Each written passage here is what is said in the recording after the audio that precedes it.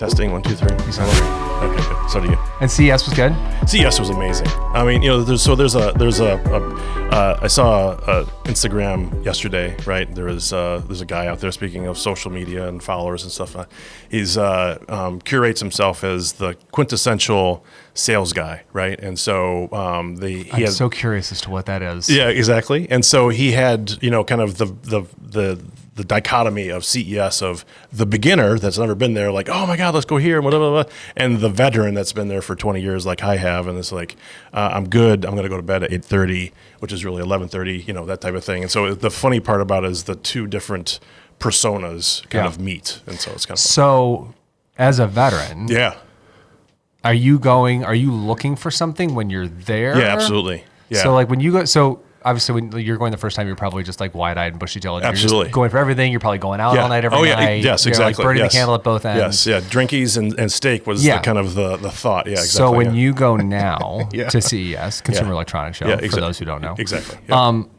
Like what's your goal when you go now as a wily veteran? So the interesting part about it is that it's usually starts fly in day is on Monday, fly out day is Friday. On average, Tuesday, Wednesday, Thursday is your days to make it happen. And so people go to the show, and so they may have a booth or have a corporate presence there or whatever that they need to help man or help presence at the show. So there's 3 different halls, if not 4. There's the consumer electronics piece, like LG TVs, and then you have the West Hall, which has like more industrial-based companies and automotive. So. GM was there and Mercedes, but also industrial component companies like John Deere and Caterpillar.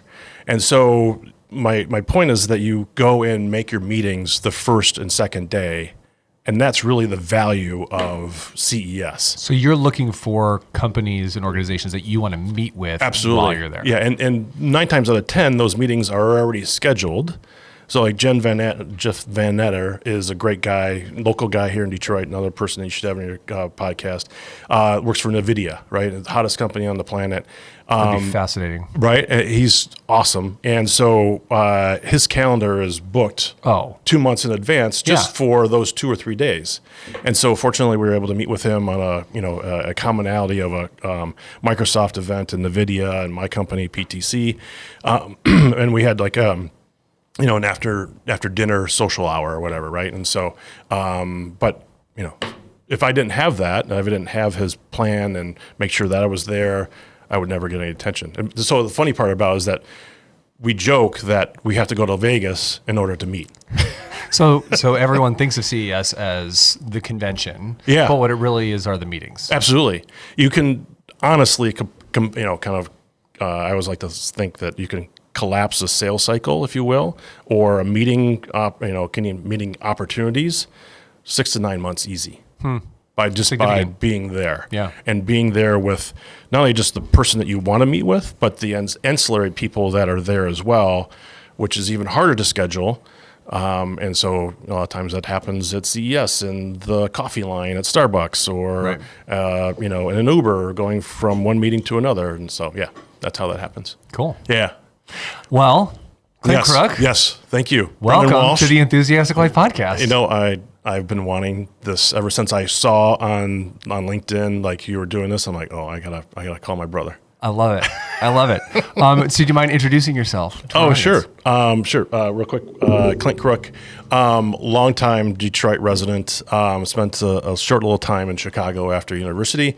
We won't hold that against you. Everybody does it. Everybody does it. So, followed the masses, had a great time.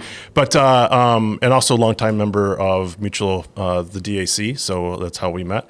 But we'll get into that later. But, the really kind of the introduction piece is tech and consulting overlapping several times throughout my career, and really wanting to help customers innovate on their business processes as well as what they do in their final production of a product and or process for a service-oriented company.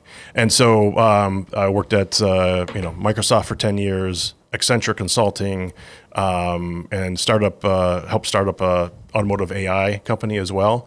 And so kind of culminating all those experiences that's who I am. Nice. Yeah. So I always like to start with our origin story. Yeah, right. Do you remember how we met? I do. It was Okay. in the Abbey of the DAC, exactly, with our wives. It was. Yes. It And absolutely you were teaching me how the dice game is played, which I still don't know is really how that works, but yeah. Yeah, I think that's it's the first mention of Dice at the DAC on this podcast. So yeah. So Detroit Athletic Club Bowling and the Yes. Well, you introduced me to it. You recruited me to the DAC. Oh, that's right. You guys were just down there hanging out. Yeah, we were just hanging. And Kelly exactly. and yeah. And yourself. No, that now I remember. Kelly and Mary were having drinks. Yes. You came down and joined them. Yes. And I was down there bowling. Yes. And then I recruited you to the league. You literally put the hard sell on. I did. Exactly. Why yeah. aren't you a bowler? You need to be in our league. How long? What? What? Wait, this does not compute. And now you regret that decision clearly. I do. Every Wednesday. So tell me how you got started in technology. Yeah. I mean, early on in the game. Yeah, no, exactly. Early on. So there was a dichotomy, or a fork in the road, if you will, proverbial fork in the road, in the late 80s, early 90s, that I was either going to be a weatherman, like in front of camera weatherman, and or some type of TV radio producer. That's what I wanted to do.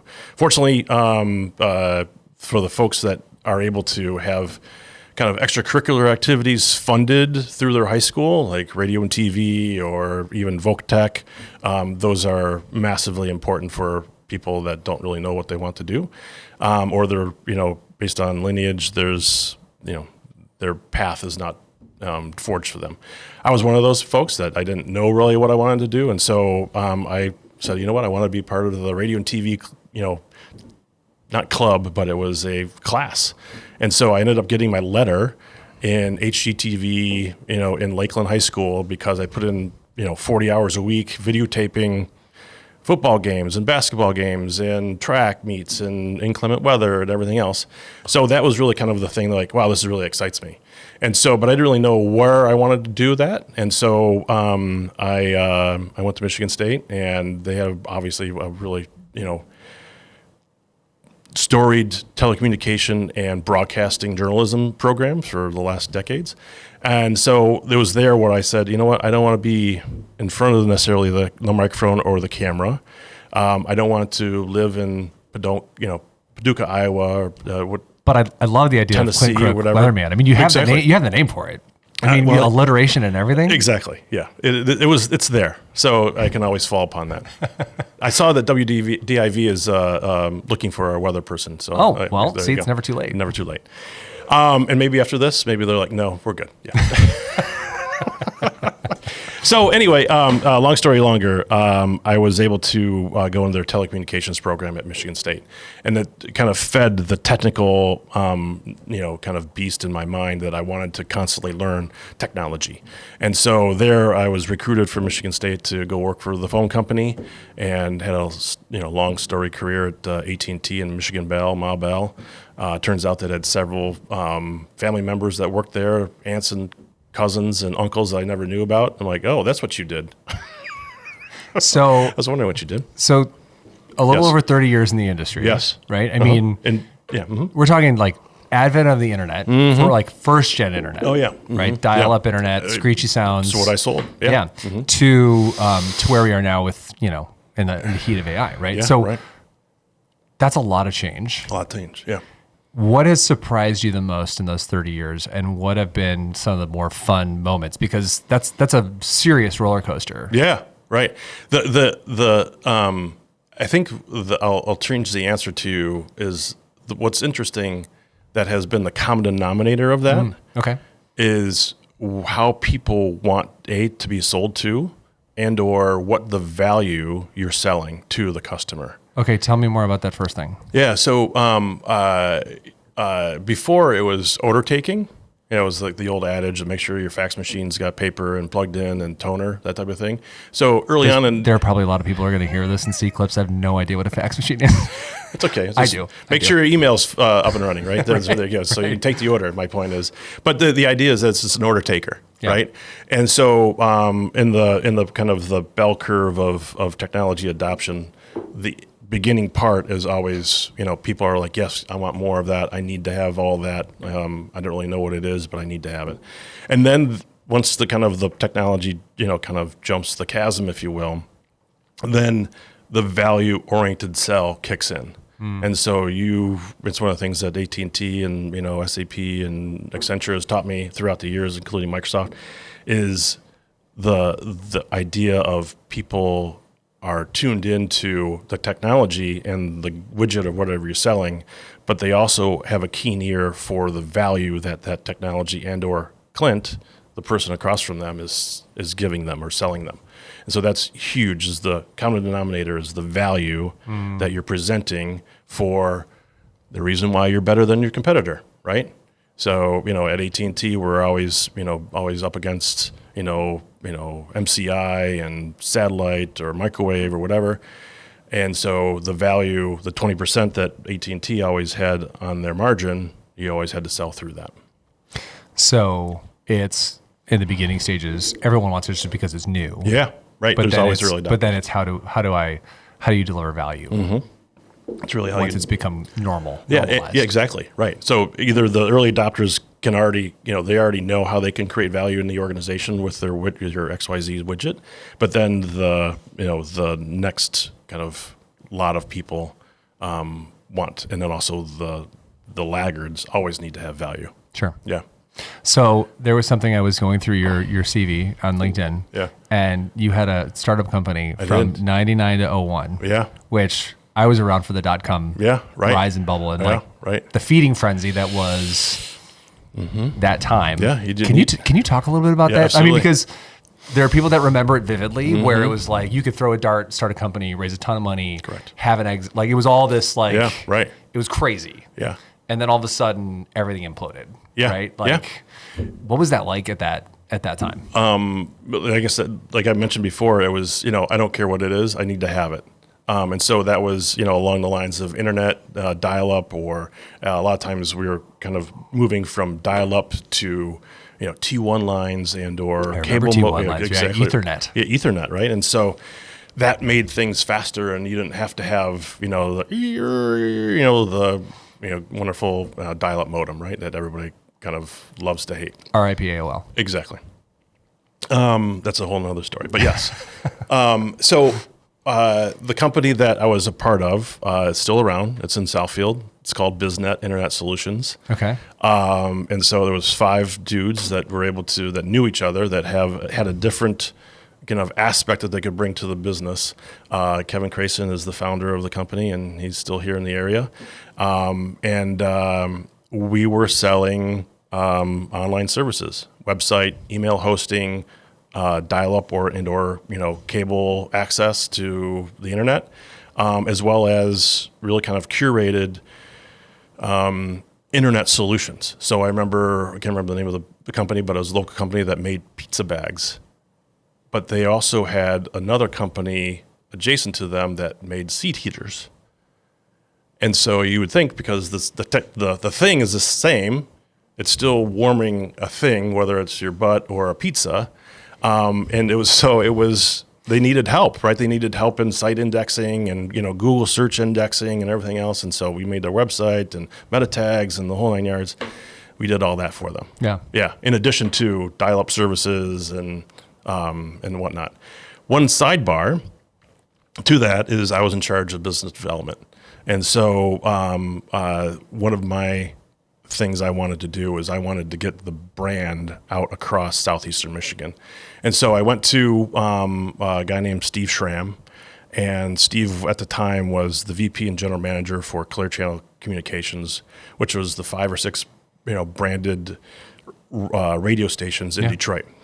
WNIC, WJLB, a couple other ones, right? And so being that WNIC was the flagship here in Detroit, I had a meeting I cold called Steve, emailed him. He took my meeting, wanted to hear my pitch, and really kind of said, you know what? My pitch really was, I will be able to have you be the first Detroit area radio station stream over the internet.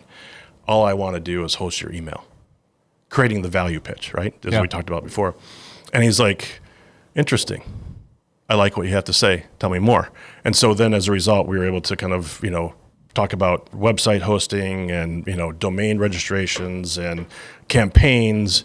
And he's like, Clint, as you can imagine, WIC has a huge inventory of already paid customers. He goes, I will do my best in kind of getting you in the cycle, which is usually around, 2 or 3 o'clock in the morning. But, we're good. Yeah. And so as a result of that relationship, he introduced me to his son, Ryan, who came home from school from Michigan State during the summer. And since then, Ryan has been my best friend. Huh. Yeah. So did you end up streaming? Oh, yeah. Online? Absolutely. I mean, what year was that? It was probably 99, 2000. I remember when that first started, not WNIC, but I remember being in college. Yeah, right. And someone said, you need to go online, and there's this college radio station in New Hampshire, and it's the best alternative music that you're like.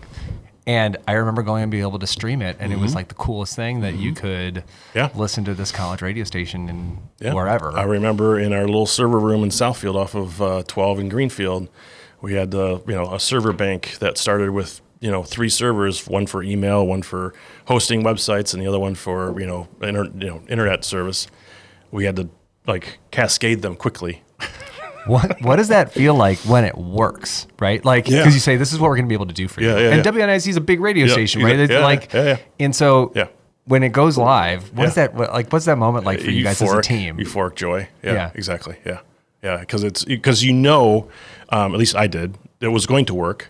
It was the bumpy road that you needed to get there in order to get it to work. Yeah. And then having a customer as big as WNIC, and Steve was a legend in Detroit in broadcasting journalism and history, you didn't want to disappoint, right? And so you just had your own kind of self-pressure. Yeah. So you've had a myriad of different types of companies that you worked for, right? From startups, right? 5-person companies, to Microsoft and SAP and Accenture, right? I mean, behemoths. Yeah. What have you learned from each of those different experiences that you've applied to where you are today? Yeah. Right? Like, I mean, because it's kind of like it seems like there's kind of like a back and forth between big to small to big to small. Yeah, to big to small. And also software to consulting too, which is, I can't really, knowing the path, I didn't really know what was going on. But as I look in the rearview mirror, so to speak, it's always been the kind of entrepreneurial tech thirst for the latest, whether it's creating business value at Accenture and using tech to enable that. One of the things that we were working on with one of the industrial component companies is that they were challenged, my customer was challenged by another part of the business to do autonomous vehicles in a construction site. That company had been doing autonomous vehicles for 12 years, but they were just doing it like a mine or an open field, not in a confined space where there's buildings and people and cars and telephone poles and electricity lines, et cetera. And so they're like, Clint, I want your help to do that. And I have $2 million or $20 million or whatever it was, and 18 months to come up with an answer. Clock's ticking. So using the value-oriented pieces of what I was able to do along with the tech to enable it, we were able to do that. In fact, at CES a couple weeks ago, they launched it.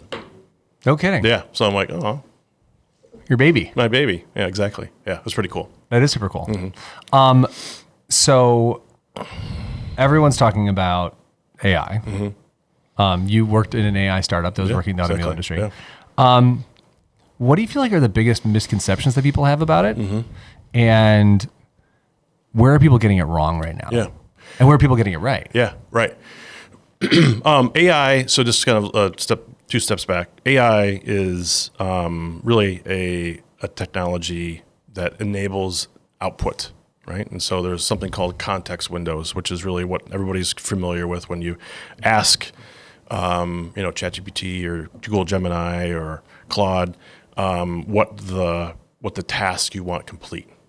And so originally they were kind of time-bound, but not time-bound, but space constraints of the context window or the prompt that you wanted to do. they now have unlimited context, so you can kind of do paragraphs and steps and whatnot.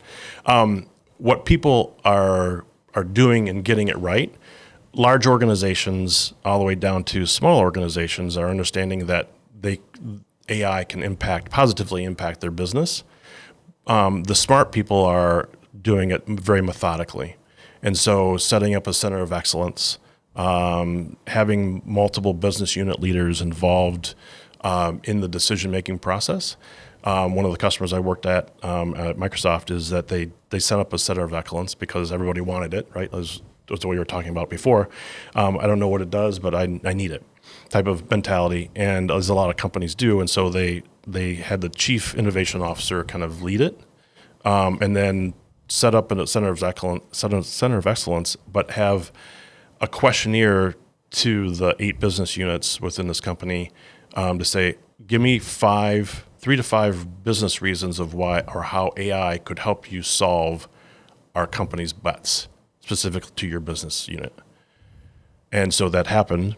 Then strategically, they brought the chief legal counsel and the CEO in on the small kind of SWAT team along with the chief innovation officer to kind of heat map the 3 to 5 for each of the 8 business units. So there's probably like 40 opportunities of why they use AI. And they boiled that down to, say, like 12.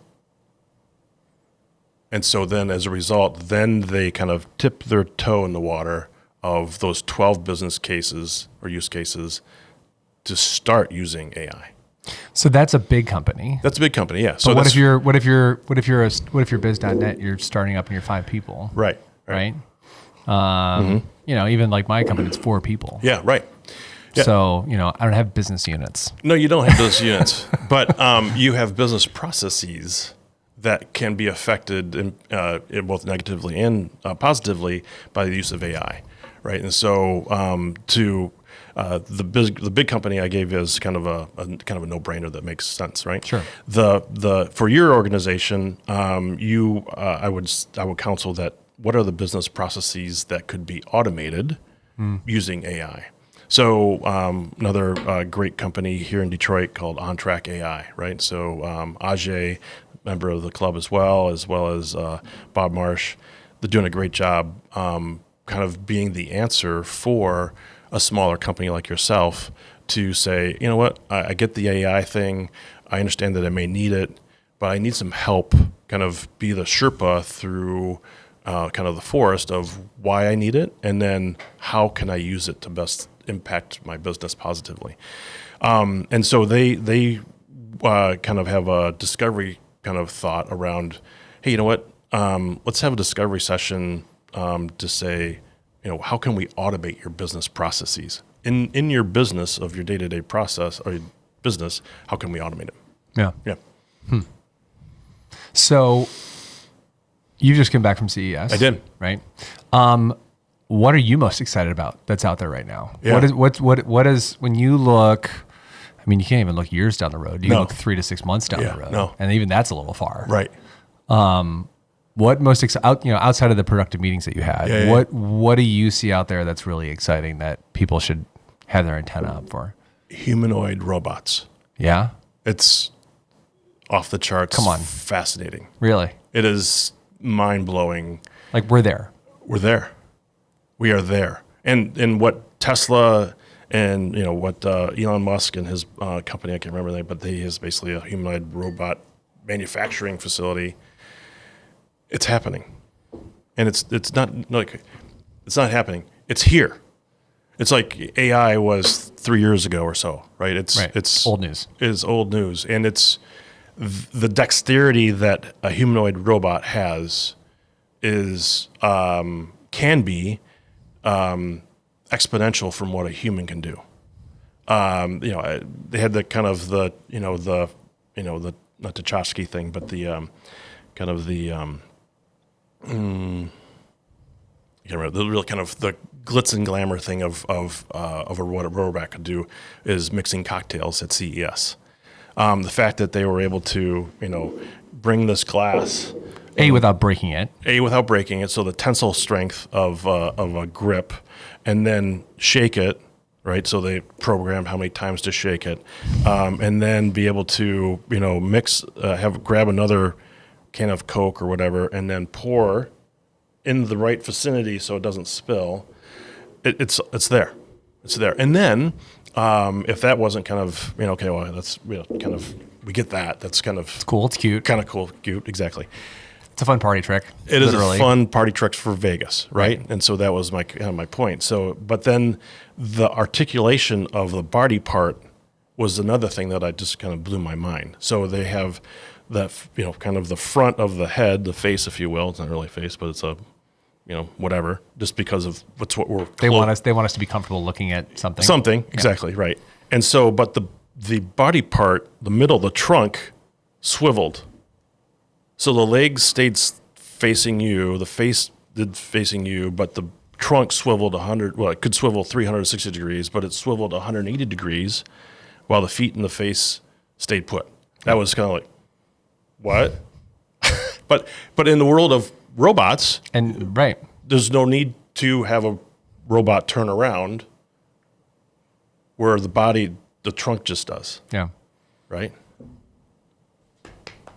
I mean, I'm like, that was that type of innovation, that type of kind of thinking of a new way of a process to do that was, I thought that was pretty cool. Right. Yeah. Humanoid robots. Mark my words. I mean, there's always that, growing up watching these movies. Absolutely. Right? Like, how about the Jetsons, right? Yeah. I'm still waiting for my cleaning lady. Yeah. But Listen, I just want my hoverboard from Back to the Future too. That's all I want. They do have them. I don't know why they're kind of suppressing it, but yeah, yeah. I mean, we'll get there eventually. So one thing that so you've been in sales and consulting? Yeah. What have you learned in that time that can translate for people about being successful and having a career that lasts? Because there's a lot of people that burn out. There's a lot of people that get tired of it. Yeah. Clearly you're good at it. Yeah. And thanks. I mean, so yeah, what are your learnings? What have you, if people are looking to have a prolonged career in sales and consulting, what keeps them in it without getting burned out and continuing to be successful and grow? Yeah, appreciate that. One of my kind of secret sauces is what I always do is the information is either publicly available to be successful and or a question away from being successful. So one of the questions one of the companies that I had was at Accenture, and a large tire manufacturer, right? And just like every other company, they have their annual bets or kind of strategic plan, right? This company had it in their 10K and their kind of annual report of kind of what our big bets are for 26. And so I was like, this was kind of an epiphany that I had to like, okay, so I've worked with companies before to ask them kind of what's their objectives for the next quarter or whatever, but I really never saw it laid out like this company did. And so in my next meeting with my sponsor, which is another successful thing you need to do, you need to find a sponsor within the organization that is your coach. Your advocate at a VP or level or higher. Usually within your client, usually. Yeah. That helps a lot because then all these kind of, head scratcher questions you can actually have asked and then get some answers for, right? So I took the publicly available information and I asked my coach, I'm like, where's the double click on this? How does, where's the meat and potatoes behind the big bold bets type of thing that were in the 10K and the annual report? And they're like, oh yeah, no problem. Yeah, it's right here. And so based on business unit, based on quarter, it laid out all of the chunks of things that they were investing in. Yeah. And saw how you fit inside of all of that. I reverse engineered it. I reverse engineered the big bets to, I need, one of their things was they needed to reduce the cost of making a tire by 2 cents or whatever it was. Oh. And now I'm fascinated to see, so now you can do that with AI. things are always usually proprietary. Some don't. But not asking the question, but finding the data and then going to your coach and saying, absolutely, I found this. Yeah, absolutely. Right. Yeah. You can always ask the question. Right. Absolutely. But I love that, right? Like, yeah. If you can't find it, just ask the right question. And now they have unlimited contextual windows, so you can ask as many questions as you want. That's awesome. Mm-hmm. So one question I always like to ask before we wrap up. Yeah. Clint Crook. Yes. What's bringing you joy right now? Yeah. Being grounded. Tell me more about that. In my industry, in my space, in tech, it's easy to be a squirrel, right? Squirrel, okay. That type of thing. Being distracted. If it's bad enough having your phone in 3 inches in front of your face and being distracted that way, or having your family distract you, or what's going on geopolitically or whatever, right? But it's being grounded in the fact that, I'm doing the best I can. And everybody's doing the best they can. And everybody should kind of take solace in that. If you kind of start as a kind of a ground, and this is what I'm doing for 26, I start as a ground, shed, because the 2025 was the year of the snake. So take the analogy as far as you want. Shed all the things that you don't need in your life, that don't bring you joy, value, a smile to your face, happiness for your family, right? Get rid of them. Shed the skin. Shed the skin, because it's not adding, it's subtracting. It's not adding anything to you. So aside from shedding, how else are you grounding? Yeah. Try to meditate. Okay. Silently? Do you use a program? Do you use an app? I'm a Headspace guy myself. Yeah, no, Headspace is great. Okay. I go in and out, and no pun intended. It's not easy. Yeah. Have you ever tried Muse? No, I've not. Are you familiar with this? I've heard of it. Yeah. We have one, but I haven't used it in forever. Yeah. It's a headband. Yeah. That you use when you meditate, right. And it reads your brain signals. Yeah. So you listen. So you listen to something when you're doing it. So it'd be like a rainforest. Yeah. Mm-hmm. And the more active your brain is, the louder it gets. Yeah. The quieter your brain is, the quieter it gets. And if you're in biofeedback. Yeah. And if you're in the right zone, you hear birds chirp. Oh. And it gamifies it, and you see how many birds can chirp during your session. It's pretty cool. It's wild. I should probably try that. Yeah. I interrupted. Yeah, no. Medication. Definitely medication. I'm trying to get off the medication. If all else fails, medicate. And it really kind of paralleled the. So it's one letter. It's one letter. Exactly. Yeah. That's interesting. Too funny. Meditation. I'm getting back into yoga. I want to get back into yoga. It's so good for your body. Yeah. In 25, I had so many different ups and downs. And I could correlate the ups and downs to when I was sick. Even if it was just a head cold, right? I was just like, I wasn't in alignment. My body wasn't feeling good. Yeah. I didn't listen to it, et cetera. Yeah. I am also kind of, not experimenting, but learning more about frequencies. So sound frequencies. Okay, tell me more. So there's, it's all over the internet, but if you can just tell kind of different sound frequencies have different healing powers. Okay. Yes, and so I think it's like 426 megahertz or something like that is the universal, if you can kind of tune into that by listening. Okay. It has natural healing powers. Ooh. Yes. I want to learn about this. Yes. Yeah. Mm-hmm.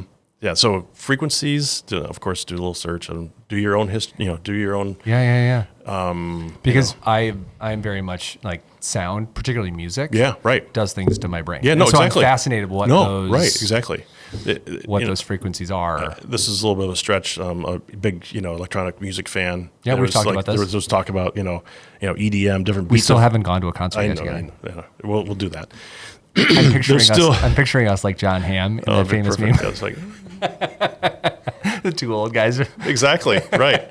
Exactly. Hey, I'm okay. I own it. Let's do it. I own it. I love EDM. But there was also some studies that different EDM beats that's the reason why it's so popular is because I believe that wholeheartedly. Yeah. That the EDM beats are. That's part of the reason why I love it is what it can do to your brain. Exactly. Yeah. Right. And so builds a wave and how it crashes. And correct. Yeah. So there's the whole, we're really getting deep now, but there's the whole, ancient aliens thing that, based on the Moldolas, I think they're called, which is Spanish. Now we're going off the rails. I like no, it. Exactly. Let's go. Yeah, no, the different kind of kaleidoscope images were really just sound waves, kind of Easter eggs of sound that should be played or generated at that particular site or temple or whatever. Yeah. Cool. Mm-hmm. Man, I didn't think we were going to go down this rabbit hole, but I'm here for it. This is super cool.